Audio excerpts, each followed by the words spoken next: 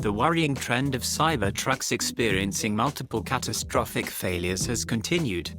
A new Cybertruck owner explains that he had taken his truck back to Tesla 4 times for major issues without any solution.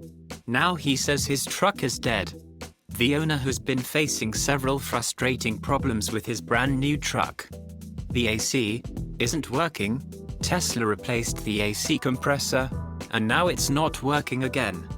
The truck started showing several error messages that popped up on his center touch screen. In the morning the owner tried to unplug Cybertruck charger, and nothing. Then tried to open the door, and nothing came up. It's totally dead. Owner said it was just a warning he had last night. It's a piece of brick now. Nothing works. It's so frustrating. He also tried to open the tonneau cover, but there was absolutely nothing.